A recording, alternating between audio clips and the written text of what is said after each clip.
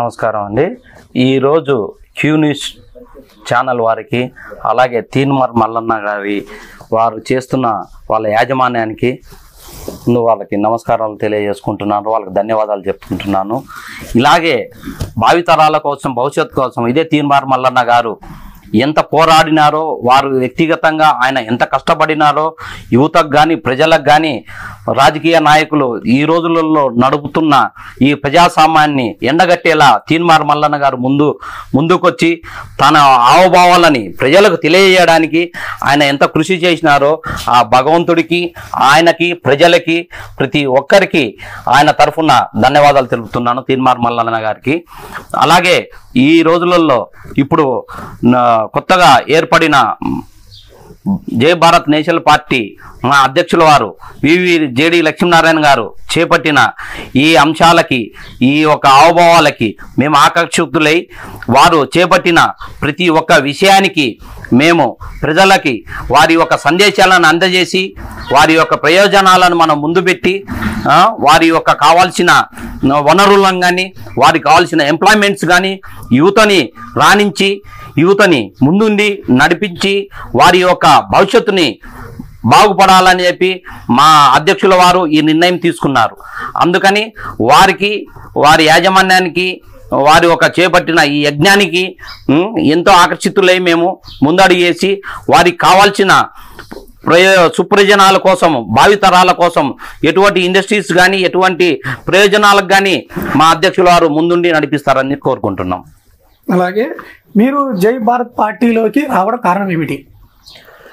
ఈ రాజకీయ నాయకులని నేను నా ఊహ తెలిసిన కానించి మాకు ఆ రోజులో నుండే మా తాతగారు రహమతుల్లా సాహెబ్ గారు, ఆ రోజులో ఉండే మా తాతగారు ఉండే అనుభవాలతో పెన్నెగంటి వెంకట సుబ్బయ్య గారు, నీలం సంజీవ్ రెడ్డి గారు, కోట్ల విజయభాస్కర్ రెడ్డి గారు, మర్రి చెన్నారెడ్డి గారు, నేదురుపల్లి జనార్దన్ రెడ్డి గారు, తర్వాత అలాగే మన ఆర్లగడ్డ గంగుల తిమ్మారెడ్డి గారు వారి యొక్క కుటుంబాలు, తర్వాత కాటసాని వాళ్ళ ఒక కుటుంబాలు, అలాగే బుడ్డా వాళ్ళ కుటుంబాలు, అలాగే కర్ర సుబ్బారెడ్డి గారని కోయిలకుంట్లలో 3 times హ్యాట్రిక్ ఎమ్మెల్యేగా చేసినారు, వారి యొక్క భావాలు, తర్వాత అలాగే మా నంద్యాలలో మా బంధువు వంటి ఎన్ఎండి ఫారూక్ గారు వారు హావభావాలు, వారి యొక్క ప్రజలకు ఏ విధంగా, అలాగే కోట్ల సూర్యప్రకాష్ రెడ్డి గారు, గౌరెంకరెడ్డి గారు, అలాగే మహానుభావులు అందరూ రాజకీయ నాయకులు ప్రజల కోసం ఆ రోజులలో పోరాడి ఆ రోజుల్లో ప్రజల బాగోలు చూసుకొని వారికి ఏ విధంగా ఏమైనా ప్రయోజనాలు చేపట్టాలని చెప్పి వారిని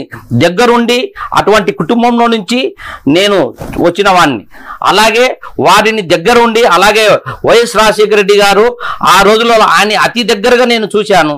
ఆ రోజులలో ఈరోజు 2 days లో ఉండే ఇక్కడ శ్రీశైలం డ్యామ్ లో పనిచేస్తున్న వారికి ఆ రోజు జన్నత్ హుసేన్ గారు సీఎం ఆఫీస్ లో ఉన్నారు. ఆ రోజులలో జన్నత్ హుసేన్ గారు, ప్రభాకర్ రెడ్డి సార్ అని ఐఏఎస్లు వారు ఒక భావాలని దగ్గరుండి వారితో ఎలా వాళ్ళతో పని చేపియాలి, వారితో ఎలా మనము ముందు ఉండి నడిపాలి ఆ అధికారులతో అని దగ్గరుండి ఆ రోజులలో మా సూర్యుడు అని పిఏ గారు ఉన్నారు రాజశేఖర రెడ్డి సార్ దగ్గర నుంచి నేను దగ్గరుండి ఆయన హావభావాలు చూసి ఈరోజు 2 daysలలో ఉండేటోళ్ళని మన శ్రీశైలం డ్యాంలో ఈ అన్ని రోజులు కోర్టు పరిధిలో ఉండేదాన్ని కానీ వైఎస్ రాజశేఖర రెడ్డి గారు ఉండి వారి కుటుంబాలకు ఈ రోజుకు భవిష్యత్తు కల్పించి వారు ఏ విధంగా ఎవరికి ఎలా సహాయం చేయాలని వారి నుంచి దగ్గరుండి నేర్చుకున్నాను. నేను వారి నుంచి దగ్గరుండి చూసి ఆ భావాలకు ఆసక్తులై అదేవిధంగా మా జేడి లక్ష్మీనారాయణ సార్ గారు చేపట్టిన ఈ హావభావాలకి అతి దగ్గరలో ఉన్నాయి. వీళ్ళకి మనము ప్రజలని ఎలా మనము బాగుపరచాలి, మన యువతకి ఎటువంటి భవిష్యత్తుని ఇవ్వాలి, రాబోయే తరాలకి ఇప్పుడున్న ఈ రాజకీయ వ్యవస్థలలో జరుగుతున్న ఈ ఒకరి మీద ఒకరి అభిప్రాయాలను సరిగ్గా సహకరించకుండా ఒక క్యాబినెట్ మంత్రి గారు అంటే ఒక సెక్రటరీలో ఒక దేవాలయం మాదిరి మేము భావించేటోళ్ళం మాకు ఊహ తెలిసిన కానిచ్చి. అదే దేవాలయంలో ఇరు పార్టీ వారు ఎంతో అభ్యంతరమైన పదాలను వాడుతూ ప్రజలకి, భావితరాలకి, భవిష్యత్తుకి ఈ రోజులలో ఏ చిన్న పిల్లవాడైనా కానీ ఎవరైనా కానీ సెల్లు పెట్టుకుని ఆహా ఎమ్మెల్యే అయితే ఇలా తిట్టచ్చా, ఆహా మంత్రి అయితే ఇలా తిట్టచ్చా, ఆహా ఇవైతే ఇన్ని కోట్లు సంపాదించచ్చా అనే భావనలు తీసుకుంటున్నారు. కానీ ఆ ఒక పవిత్రమైన పవిత్రమైన దేవాలయంలో సీట్లో కూర్చొని వారు వాళ్ళ భావాలని ఆ విధంగా షేర్ చేయడం అనేది నాకు కలించిపోయినాయి. నా మనసు బాధ కలిగింది. ఇవే నా భావితరాలకు ఉపయోగపడే భాషను వాడుతున్నారు. ఇదేనా ఈ భావితరాల భాషని మీరు ఒక పవిత్రమైన సీట్లో కూర్చొని పవిత్రమైన దేవాలయంలో కూర్చొని మాట్లాడే సందేశాలా ఇవే అండి మీ రాజకీయ నాయకులు నేర్పించేది ప్రజలకి? ఇదేనా భావితరాలకు ఉపయోగపడేది? మీరు ఇదేనా నేర్పించేది మీ సంస్కారం అనే భావనలు ఇవన్నీ చూసి మా సార్ ఆయన ఒక అఫీషియల్గా రిటైర్డ్ వాలంటరీ తీసుకొని భవిష్యత్ కోసం ఎవరో ఒకరు ముందు అడుగేసి భావితరాలకు ఉపయోగపడాలని భవిష్యత్తుని బాగుపరచాలని మన ఆంధ్ర రాష్ట్రాలను ఆదుకోవడానికి ఆయన ఒక అడుగు ముందుకేశాడు. ఆయనతో పాటు మాలాంటి వాళ్ళు ఒక సైనికులుగా ఒక ప్రజలలో చైతన్యవంతులు తేడానికి మేము ముందుగా అడిగి మాకు ఎంత ఇబ్బందికరమైన ప్రయోజనాలు ఎవరు మమ్మల్ని ఇబ్బంది పెట్టినా ఎవరికి భయపడేది అనే ప్రశ్నే లేదు, మా రక్తంలో లేదు. ఈ రోజు నుంచి ప్రతి ఒక్కరికి తీన్మార్ మల్లన్న గారు చేపట్టినట్టు ప్రతి ఒక్కరిని ఎండగడతాం. ప్రతి ఒక్కరిని ప్రజలని హింసించే వాళ్ళను ప్రజలను దోచుకునే వాళ్ళని ఎవరిని వదిలిపెట్టాం. అందరినీ న్యాయస్థానాలకి ఆ భగవంతుడు సాక్షిగా వారి చేసిన తప్పులన్నిటినీ ఎండగట్టి ప్రజల ముందు పెట్టి ప్రజాకోర్టులో పెట్టి శిక్షిస్తాం. కరెక్ట్. మీరు శ్రీశైలం నియోజకవర్గానికి ఎమ్మెల్యేగా గెలిస్తే ప్రజలకు మొట్టమొదటిగా చేసే పనులే కానీ ప్రజల ఆశీర్వాదంతో మా పార్టీని మమ్మల్ని గెలిపించి ముందడుగేసి వాళ్ళ ఆశీర్వాదం ఇస్తే ముందుగానే వాళ్ళు కోరుకున్నట్టు ఎక్కడ కుంటుపడిన ప్రదేశాలన్నీ ఒక చైతన్యవంతులను తీసుకొని వచ్చి వారి కుటుంబాలలో ఒక జ్వాలని వెలిగించి వారి ఇప్పుడు ప్రస్తుతానికి మన సుండిపెంటలో శ్రీశైలం ప్రాజెక్ట్ సుండిపెంటలో 15 రోజులకు ఒకసారి నీళ్ళు వచ్చేది. మేము ఛార్జ్ తీసుకున్న తర్వాత మేము ఎప్పుడైతే ప్రెస్ మీట్ పెట్టినామో మేమైతే అఫీషియల్స్తో మాట్లాడినామో ఆ రోజు నుంచి ఈ రోజు వరకు 2 డేస్కి 3 డేస్కి ఒకసారి వస్తున్నాయి వాటర్. ఎందుకంటే కృష్ణానది ఇంత దగ్గరలో ఉంది, మీకు నీళ్లు రావటం లేదా అని బయటి వాళ్ళు మమ్మల్ని ప్రశ్నిస్తే మాకు అక్కడ సమాధానం లేదు. మేము చాలా చెలించిపోయినాం.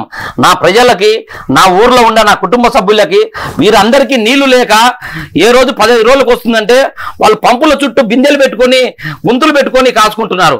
అటువంటిది మనకు కృష్ణానది తల్లి ఇక్కడే ఉండి మనకు నీళ్లు అందుకోలేని భాగ్యం మనకు కలగదా? ఎప్పుడు ఈ భాగ్యం మాకు కలుగుతుంది అని ప్రజలందరూ 2 కళ్ళతో ఎదురు చూస్తున్నారు. అటువంటి భవిష్యత్తును తీసుకురావడానికి ఈ ఊర్లో ఉండే స్థలాలు కానీ, తర్వాత ఇక్కడ ఉండే క్వార్టర్స్ కానీ, ఇక్కడ ఉన్న మన వాటర్ సమస్య కానీ, డ్రైనేజ్ సమస్య కానీ, ఇక్కడ శానిటైజర్ సమస్య కానీ వాటిని ముందుగా పరిష్కరించి నా ఊరును చక్కదిద్దుకున్న తర్వాత నా శ్రీశైలం నియోజకవర్గ ప్రజలకు ఆత్మకూరు, వెలుగోడు, బండి ఆత్మకూరు, మహానంది మండలం ప్రజలందరికీ వారి ఇబ్బందులు ఏమైతే ఉన్నాయో వారి నుంచి అర్జీలు స్వీకరించి వాటికి మొదటిగా వాళ్ళకు కావాల్సిన రైతాంగానికి కావాల్సిన ప్రయోజనాలు ఆ స్కీమ్స్ ఇదే ఆత్మకూరులో మినీ ఇండస్ట్రీస్ కొన్ని తీసుకొచ్చి అక్కడ ఉండే లారీ యజమానులకు కానీ, అక్కడ ఉండే ట్రాన్స్పోర్ట్ యజమానులకు కానీ వాటికి భావితరాలకు వాళ్ళ పిల్లలకి వాళ్ళు చదువుకున్న వాళ్ళ విద్యకి వాళ్ళ అర్హతను బట్టి అక్కడ ఇండస్ట్రీస్ తీసుకొని వచ్చి మొట్టమొదటిగా నా ఆత్మకూరులో ఉండే నా ప్రజలకి ఎటువంటి అక్కడ ఉండే మోటార్ ఫీల్డ్ వాళ్ళకి, అక్కడ ఉండే వ్యాపారస్తులకి, అక్కడ ఏమి పంట పొలాలు లేవు, ఫ్యాక్టరీలు లేవు. వీళ్ళు అందరినీ ఓటు బ్యాంక్గా రబ్బర్ స్టాంపు మాదిరి వాడుతున్నారు నాయకులు, రాజకీయ నాయకులు. వీళ్ళు వచ్చారు, వాళ్ళు వచ్చారు, కానీ నిజమైన భవిష్యత్తుకి వాళ్ళకి భావితరాలకు ఉపయోగపడేటట్టు ఎవరు ఏ రాజకీయ నాయకులు ముందడుగు వేయలేదు. వాటిని మనసులో పెట్టుకొని వాటికి మొట్టమొదటిగా నేను నా ఊరు నుంచి మొదలుపెట్టి ఆత్మకూరు, వెలుగోడు, బండి ఆత్మకూరు, మానంది మండలం ఇవన్నీ పూర్తి చేసుకొని వారికి కావాల్సిన వనరులు కానీ వాళ్ళకి కావాల్సిన సంపదని వారికి దగ్గరుండి వారి బిడ్డగా నేను దగ్గరుండి వాళ్ళందరికీ వాళ్ళ ఇంటి నీడగా వాళ్ళ ఊరికి పులిమేరులో కాపలదారుడిగా నేను పనిచేస్తానని నా విశ్వాసాన్ని నా ప్రజలకు తెలియజేసుకుంటున్నాను. ఈ జై భారత్ పార్టీ ప్రచారం ఫస్ట్ మొట్టమొదటిగా ఎక్కడి నుంచి మొదలు పెడుతున్నారు? మొట్టమొదటిగా నా ఊరు, నా ఇంటికా నుంచి, నా సుండిపెంట శ్రీశైలం ప్రాజెక్టు నుంచి శ్రీ బ్రహ్మ మల్లికార్జున స్వామి ఆశీస్సులు తీసుకొని వాటి చెంత నేను చేపట్టిన లోకల్ మ్యాన్ ఫెస్టివల్ పేపర్ తీసుకొని ఇది భగవంతుడి కాడ పెట్టి రేపు సోమవారం నుంచి నేను మొదలు పెట్టాలని చెప్పి నిర్ణయించుకున్నాము. అదేవిధంగా నా లోకల్ మ్యాన్ ఫెస్టివల్లో ఈ విధంగా వాటిని మనము ప్రజలకు తీసుకుపోయి వాళ్ళకి కావాల్సిన పాయింట్స్లని వాళ్ళకి కావాల్సిన అర్హతలని నేను నిరూపిస్తాను. ఫస్ట్ నన్ను దీవించి నా ప్రజలు నన్ను అసెంబ్లీలో నా శ్రీశైలం ప్రాజెక్ట్ హై స్కూల్లో చదువుకున్నందుకు, నా ఊర్లో పుట్టి పెరిగినందుకు, నా ఊరు ఒక గలం శ్రీశైలం పవర్ ఏందో ఆ బ్రహ్మ స్వామి మల్లికార్జున స్వామి వాళ్ళ ఆశీస్సులతో ఈ గలం అనేది అసెంబ్లీలో వినపడాలని చెప్పి నా సుండిపేట ప్రజలకు, నా శ్రీశైల నియోజకవర్గ ప్రజలకు నేను మనస్ఫూర్తిగా వాళ్ళు నన్ను ఆశీర్వదించాలని చెప్పి మనస్ఫూర్తిగా వాళ్ళని కోరుకుంటూ ఈ man festival first of all నా ప్రజలకి, నా ఊరి నుంచి, నా సుండిపేట నుంచి ఇది వాళ్ళకి అందజేసి వాళ్ళ ఒక దీవెనలు తీసుకొని ఆ తర్వాత ఇక్కడి నుంచి మొదలుపెట్టి నేను ఆత్మకూరు, వెలుగోడు, బండి ఆత్మకూరు, మానంది మండలాల ప్రజలని తన కుటుంబాల మాదిరి పోయి వారి ఊరికి నేను పొలిమేరులో నేను ఉండి వాళ్ళందరూ ఆశీస్సులు తీసుకొని వాళ్ళ ఇంటికి వాళ్ళ ఊరికి నేను ఒక కాపలాదారుడిగా ఉండి పనిచేస్తానని మనస్ఫూర్తిగా ఆశిస్తున్నాను. జై భారత్ పార్టీ ఇప్పుడు విధుల మేనిఫెస్టో ఎలాంటి పథకాలు అమలు చేస్తున్నారు? మా అధ్యక్షుల వారు రిలీజ్ చేసిన మేనిఫెస్టోలో ఫస్ట్ భావితర భవిష్యత్ కోసము ప్రజలు చదువుకొని వారికి ఉన్న ప్రయోజనాలు ఏ విధంగా మనము ప్రజలకు అందజేయాలి, ఏ విధంగా వాళ్ళని మనం బాగుపరుచుకోవాలి, ఏ విధంగా వాళ్ళని మనం భవిష్యత్తు తీర్చిదిద్దాలి యువతకి అనే అంశం మీద మా మేనిఫెస్టోలు మా అధ్యక్షుల వాళ్ళు రిలీజ్ చేశారు. దాంట్లో సోలార్ ప్రాజెక్ట్స్ కానీ, తర్వాత ఒక్కొక్క గ్రామానికి ఎటువంటి వనరులు తీసుకురావాలి, ఆ ఒక విధి విధానాలు తెలిసిన ఒక sincerity officer to JD Lakshminarayana sir మా అధ్యక్షుల వారు వారికి ఉన్న అనుభవంతో వారికి ఉన్న పరిచయాలతో ఏ విధంగా ఒక్కొక్క మండలం, ఒక్కొక్క నియోజకవర్గానికి ఎంతమంది ఉన్నారు, ఆ ఊర్లో ఏం పెడితే ఎలా వాళ్ళకి రైతాంగం ఉంది, రైతాంగానికి మనం ఏమంది, వాళ్ళకి ఎటువంటి సబ్సిడీ ఇవ్వాలి, తర్వాత ఒక ఇండస్ట్రీస్ ఏరియా, ఒక ఆత్మకూరు టౌన్ ఉంది, అక్కడ ఏమీ లేదు, అక్కడికి ఏం తీసుకురావాలి భవిష్యత్తుకి, అక్కడ ఉన్న ప్రజలకి వారు ఒక పిల్లలు చదువుకున్న వాళ్ళు బయటికి పోతున్నారు, వాళ్ళ పిల్లలు బయటికి పోయి ఎప్పుడు వస్తారో తెలియదు, వృద్ధాప్యం వాళ్ళ తల్లిదండ్రులను వదిలేసి వాళ్ళు భవిష్యత్తు కోసం బయటికి పోతున్నారు. అటువంటి భవిష్యత్తు బయటికి పోకుండా తన ఊర్లో పుట్టి పెరిగి తన తల్లిదండ్రులను చూసుకుంటూ, తన కుటుంబాలను చూసుకుంటూ తన దగ్గరే ఉపాధి కలిగించేటట్టు మా అధ్యక్షుల వారు ఒక నిర్ణయాన్ని తీసుకున్నారు. అది ఖచ్చితంగా 100కు 200% అమలు చేస్తారని చెప్పి నేను భావిస్తున్నాను. అలాగే మా అధ్యక్షుల వారు కానీ ఒక మాట ఇచ్చిన తర్వాత ఒక మాట అన్నారు. మా అధ్యక్షుల వారు ఏ రోజైతే నేను క్యాండిడేట్లని నిలబెట్టిన వాళ్ళ చేత బాండ్ పేపర్ రాసిస్తా అన్న ఒకే ఒక అధ్యక్షులు మా లక్ష్మీనారాయణ సార్ గారు, జేడీ గారు. ఇంతవరకు ఏ రాజకీయ నాయకులు బాండ్ పేపర్ మీద రాసిస్తానో మా కోఆర్డినేటర్లతో అని ఏ అధ్యక్షుల వారు కానీ చెప్పలేదు. మా అధ్యక్షుల వారు చెప్పారు.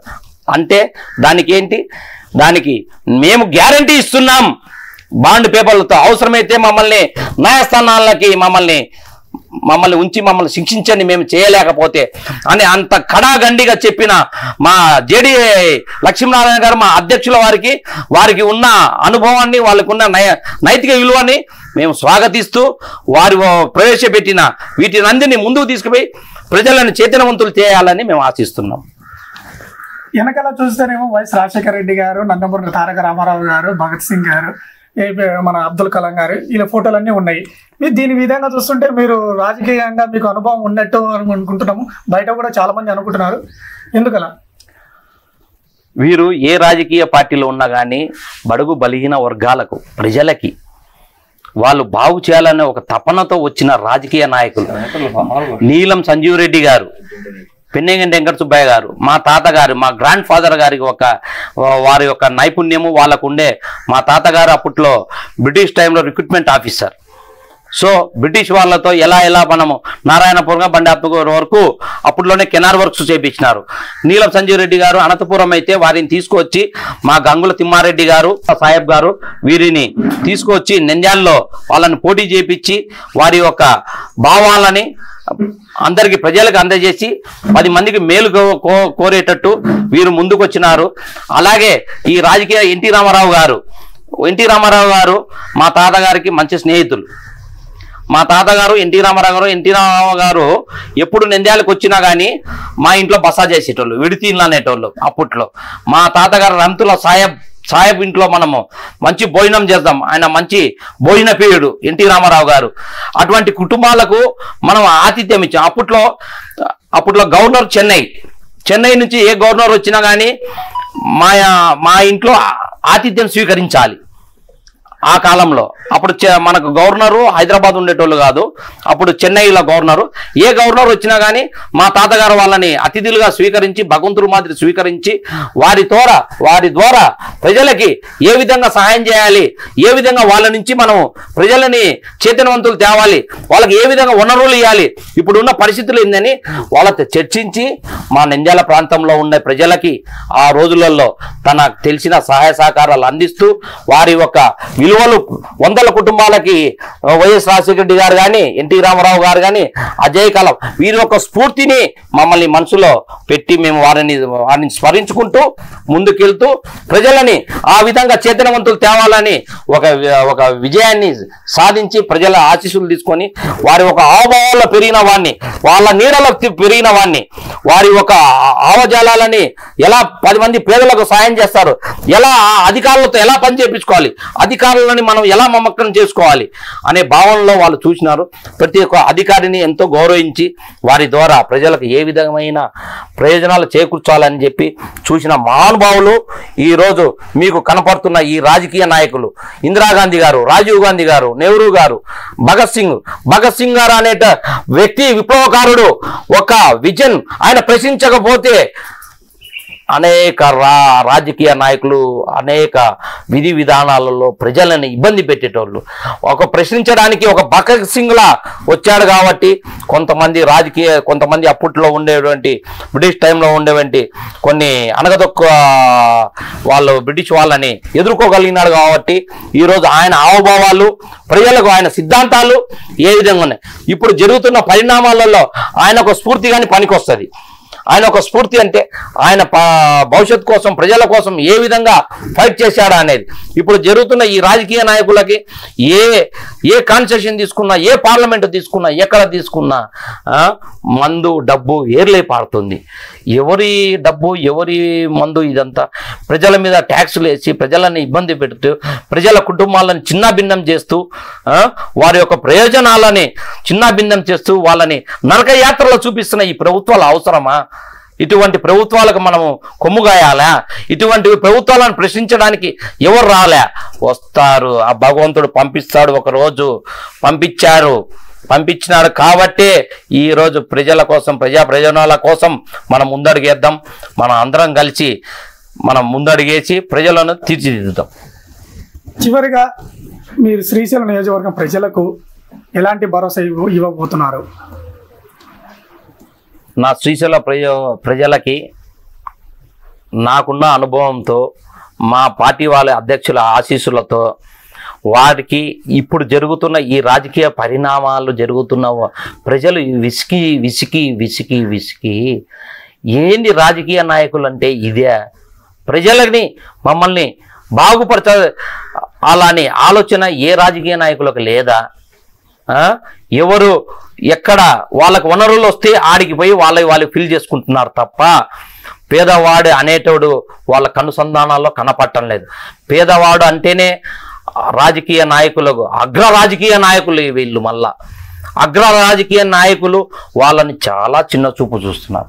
వాటిని మనము ప్రశ్నించడానికి ముందుకొచ్చి మన ప్రజలని మనం కాపాడుకుంటూ వారికి కావాల్సిన బెనిఫిట్స్ కానీ వాళ్ళకి కావాల్సిన ప్రయోజనాల కోసం కానీ వీటిని అన్నిటినీ ముందు నడిపించి, అలాగే మా కేంద్రం నుంచి మా పార్టీకి టార్చ్ లైట్ గుర్తు వచ్చింది. సింబల్ వచ్చింది. ఆ టార్చ్ లైట్ దాని ఒక సందేశం ఏంటి అంటే, ఆ ఒక టార్చ్ లైట్ సందేశం మన చిన్నతనంలో మనం ట్యూషన్లకు పోతున్నా ఎక్కడికన్నా పోతున్నా అప్పుడు 7-8 గంటలకల్లా కరెంటు కట్ ఆఫ్ అయ్యేది. ఆ రోజుల్లో ఆ టార్చ్ లైట్ వేసి వెలుగు చూపించేటోళ్ళు. ఇప్పుడు ఇంత మ్యాగ్నెటిక్ పవర్ వచ్చినా కానీ, ఇంత ఎలక్ట్రిక్ ఇంత పవర్ ఇంత జనరేట్ అవుతున్నా కానీ ఎక్కడ కానీ ఆ చీకటి అనేది ప్రజల మనసులో ఉండిపోయింది.